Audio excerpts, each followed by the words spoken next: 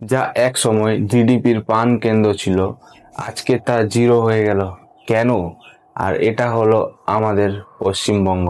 স্বাধীনতার সময় ভারতের মোট জিডিপির 40% জিডিপি শুধু পশ্চিমবাংলা থেকে আসতো। ইভেন সারা দেশের মানুষেরা কলকাতায় আসতো নিজেদের ব্যবসা খুলতে।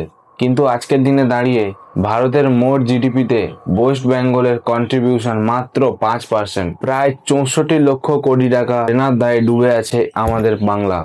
যদি এটাকে মাথা পিছু হিসাব করি, তাহলে এর বাচ্চা থেকে বুড়ো সবার মাথায় 60,000 টাকা করে ঋণ পড়ে আছে। গোটা দেশ ডেভেলপ হচ্ছে, অন্যান্য রাজ্যগুলোর গ্রোথ রেট বাড়ছে, কিন্তু আমাদের পশ্চিমবাংলার গ্রোথ রেট আস্তে আস্তে একদম নিচে হয়ে যাচ্ছে। যে কলকাতা শহর একটা সময় দেশের ইন্ডাস্ট্রিয়াল পাওয়ার হাউস ছিল, গোটা দেশের বিজনেস লিডার ছিল, এমনকি ব্রিটিশ শাসনকালে ভারতের প্রথম ক্যাপিটাল ছিল। মাত্র কয়েক দশক আগে 1940 সালে দেশের সব থেকে বেশি চাকরি ছিল আমাদের এই বাংলায়। এখন এই পুরো সিস্টেমটা চেঞ্জ হয়ে গিয়েছে।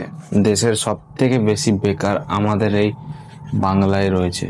শিক্ষা ব্যবস্থার বেহাল দশা, রাজ্যের চাকরি নেই, ইনফ্রাস্ট্রাকচার ডেভেলপমেন্ট সব কিছুতে এখনো পিছিয়ে রয়েছে আমাদের এই বাংলা।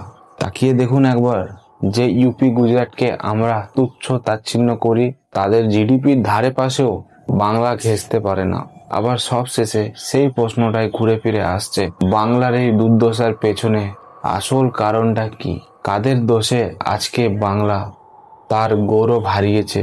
শুধুই কি রাজনৈতিক ভুল, নাকি এর পেছনে রয়েছে বিশাল কিছু ষড়যন্ত্র? আর এই বিষয়ে আমাদের প্রত্যেকটা বাঙালিকে চিন্তা করা উচিত এবং আলোচনা করা উচিত।